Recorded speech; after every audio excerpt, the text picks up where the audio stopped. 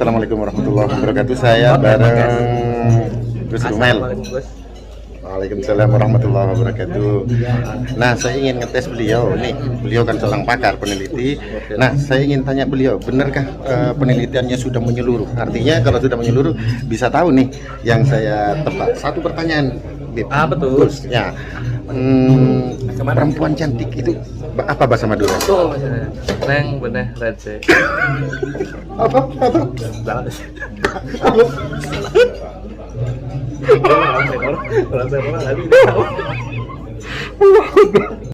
Assalamualaikum warahmatullahi wabarakatuh. Saya bareng tuh Bagus dan juga Gus Hanif. Nah, sekarang saya nyoba bahasa Madura. Perempuan cantik. Kenapa itu Bagus? Reng bene, Bahasa Maduranya? Ya, reng bene radin.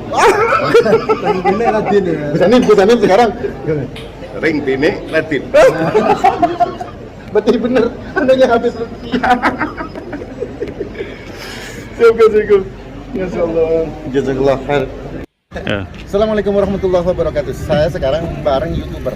Anehnya YouTuber di bagian barat ini alim-alim semuanya. Nah, ini YouTuber Mahesa. Nah, saya mau tanya bahasa Maduranya. Tes. Ya. Bahasa Maduranya perempuan cantik apa? Dikerjain kayaknya. Enggak serius. Kan ada 3 kata kayak enggak dikerjain. Enggak. Weh, di Jember 2 tahun nih. Enggak, serius tadi. Assalamualaikum warahmatullahi wabarakatuh. Seluruh sebangsa dan setanah, jumpa lagi di channel Jagat Itu. Semoga dalam keadaan sehat, tak kurang satu apa. Rahmat, barokah, salam Allah curahkan untuk kita semua. Setelah selesai perhelatan akbar bedah tesis ilmiah Kiai Maduddin di Kesultanan Banten yang dimotori oleh Tubagus Imam Ibrahim selaku ketua panitia, selaku tuan rumah. Setelah selesai, saya menyoroti sosok Kiai Hanan Ihsan Madura. Beliau sosok yang mengedepankan akhlakul karimah, Islam yang rahmatan lil alamin, merangkul semua pihak yang ada. Beliau dengan santai, dengan ramahnya semua disapa, termasuk Ustadz Wafi, Habib Hanif, ya, Gus Rumel, Gus Yaini, semua dirangkul, suasana menjadi cerah, menjadikan persaudaraan. Itulah Islam yang sebenarnya. Saya menyoroti ini sedang bagaimana kita harus meniru cara Kiai Haji Hanan Ihsan membawa diri. Walaupun saat pidato mereka jelas tidak pro Baklawi karena menyampaikan manuskrip berseberangan dengan yang pro Baklawi. Tapi begitu selesai mereka mencair, bertemu, bersendaguru, makan bersama, termasuk Said Mudawari. Begitu saya lihat berdekatan dengan Gus Rumel, makan bersama, sendaguru. Lah itulah yang diharapkan. Mereka sebagai figur, sebagai contoh dilihat oleh masyarakat luas. Jangan sampai ini menjadi sesuatu yang dendam kesuma. Tidak boleh mencontoh hal-hal yang tidak baik. Kita selaku orang Islam harus mendudukkan permasalahan yang betul. Saat digelanggang di arena debat, ya debat berdasarkan keilmuan yang ada, referensi yang ada, manuskrip yang ada. Manakala sudah selesai, ya sudah berangkulan.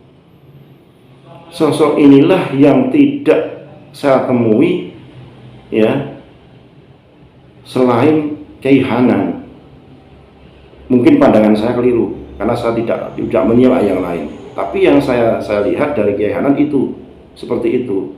Itulah beliau yang perlu dicontoh. Manakala berdebat, ya sudah, aku argumen seperti itu. Dia kekeh dengan pendapatnya.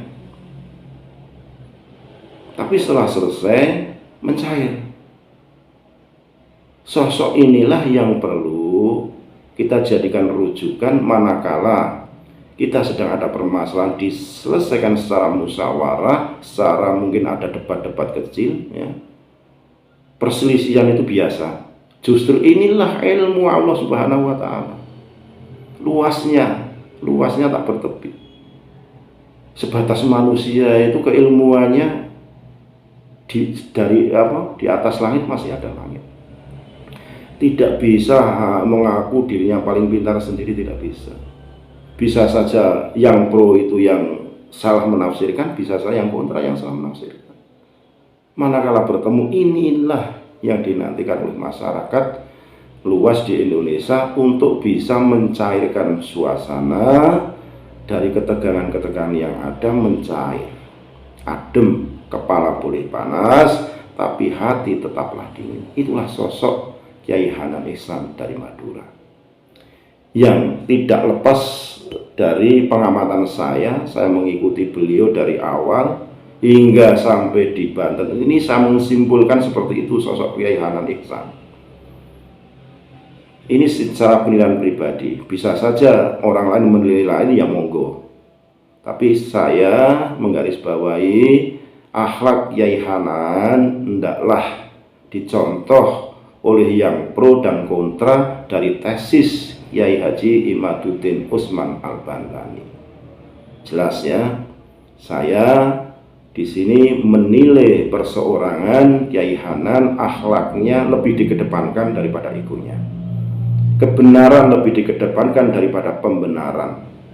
Orang pintar banyak, tapi belum tentu orang itu ngerti bagaimana menempatkan diri, bagaimana memberikan contoh yang baik buat masyarakat. Manakala ada permasalahan, bila perlu berdebat, bila perlu berargumentasi sesuai dengan kedalaman ilmunya, referensi kitab-kitab yang dikajinya, sehingga setelah selesai cair semuanya berlang-lang menjadi persaudaraan. Itulah Islam yang rahmatan lil alamin. Segala hilaf mohon maaf, NKRI Kakak Mati Nusantara milik kita. Assalamualaikum warahmatullahi wabarakatuh.